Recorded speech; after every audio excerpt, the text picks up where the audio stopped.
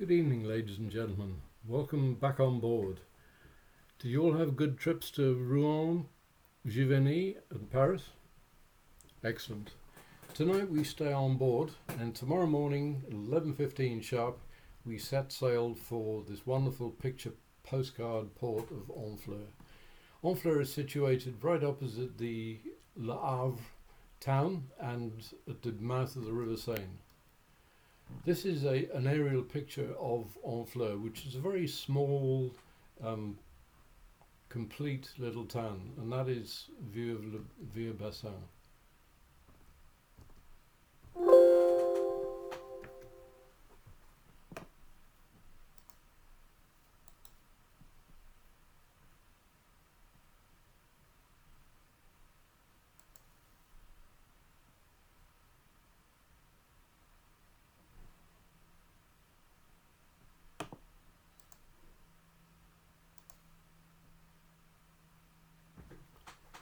Good evening, ladies and gentlemen. Welcome back on board the Balmoral. I hope you all had a great tour of Paris, Rouen and Giverny. We're on board tonight, docked at Rouen, and tomorrow morning, sharp at 11:15, we're going to sail back down the Seine to this wonderful picture postcard port of Honfleur. Honfleur is situated at the mouth of the River Seine, right opposite Le Havre.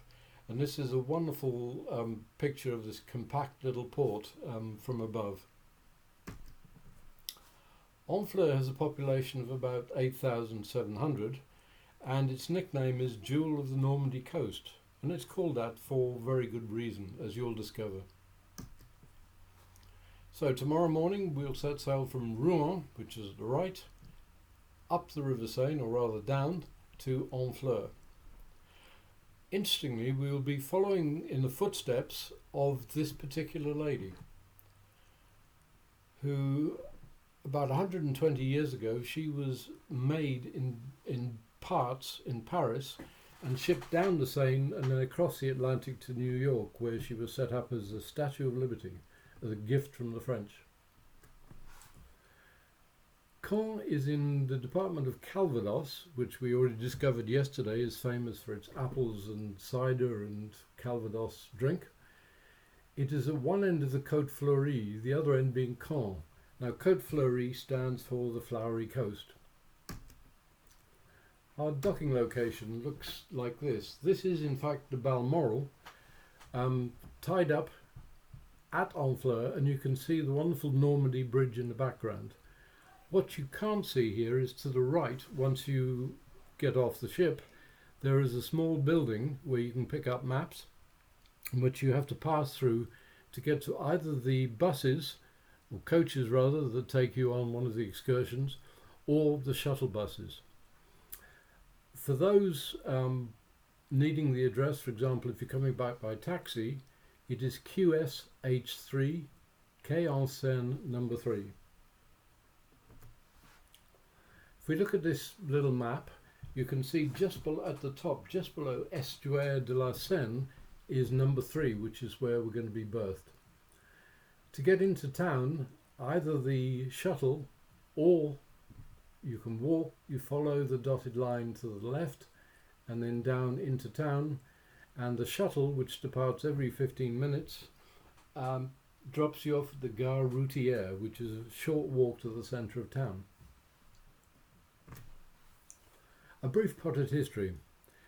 Yesterday when I talked about Rouen, I told you about the fact that Normandy was established by the Vikings who settled there and became Norman, as it were, very French.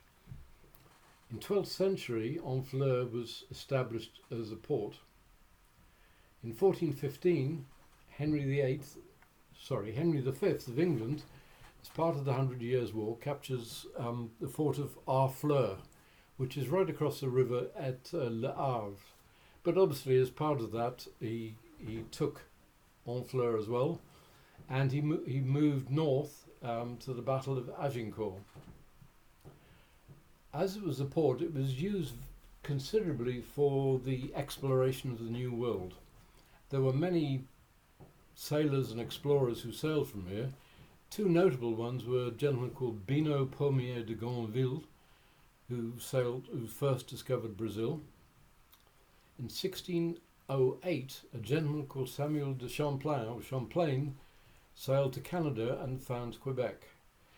Now, if you've ever been to the eastern part of Canada, or you are Canadian yourself, Champlain will be a very familiar name.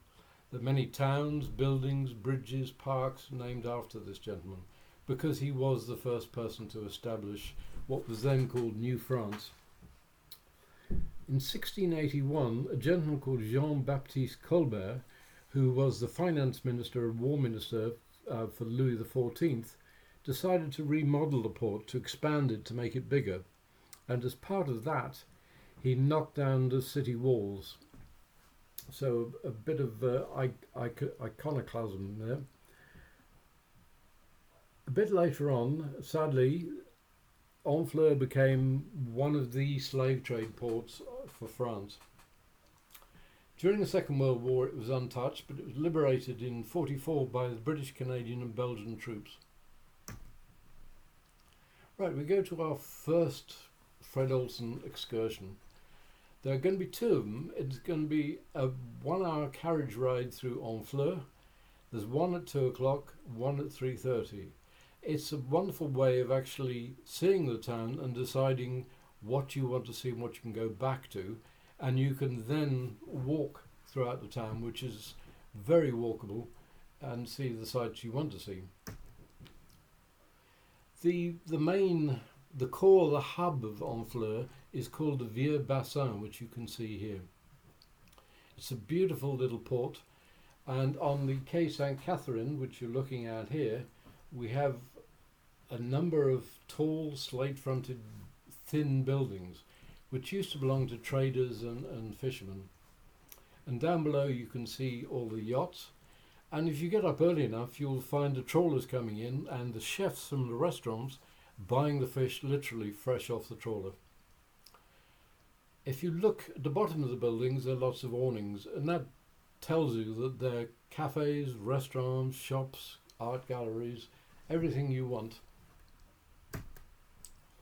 At one end of the quay is this building. It was once part of the town walls, which no longer exist, and it was the home of the French king's lieutenant, or Lieutenant of Caen. You can't go inside it, but originally it was the gateway into Honfleur. Sidetracking slightly, here are two famous paintings, one by Claude Monet on the left and the other by our very own Turner on the right, of the lieutenants. Now the first place you will see is this very plain but wonderful church. Unlike Rouen, which was very ornate and Gothic, this is very simple. It was built at the end of the 100 Years' War to celebrate the departure of the English. Now the locals didn't have great masonry skills, so they built the left hand with a part of the steeple out of wood. As the population grew and the parish grew larger, they built the second one on the right. Now this proclaims to be the largest wooden church in France. If we go inside, we can see, because the people who built it were in effect shipbuilders and mariners, that the ceiling or the roof is built like upturned ship's hulls. It's very enjoyable to spend a quiet 10 minutes in there just relaxing and contemplating. Behind it, across the market square, you will find St. Catherine's Tower. Now this is the belfry for the church, but strangely enough they decided that they were going to build it separately so that if there was a fire, both of the buildings would not get burnt, one of them would be saved. Across on the other side of the bassin is this old museum. It's inside a church from about the 14th century, which has been deconsecrated. It's a pretty small museum, but it has a number of artifacts like, as you can see there, models of ships, paintings and artifacts that belong to the era. It will only take you 5 or 10 minutes. But what I would suggest, if you're interested, buy a ticket for this museum and that one, which is right next door. This is the Ethnography Museum and represents a building and how people lived in the 16th century, and it hasn't been altered since. There is also a prison as part of it, but it's a very enjoyable trip down windy, narrow stairs. So if we look at this map, we can see St Catherine's Church. That is the Lieutenance, the Maritime Museum, and the two other museums which we're going to come to later, the Boudin and Sati. Down at the bottom right here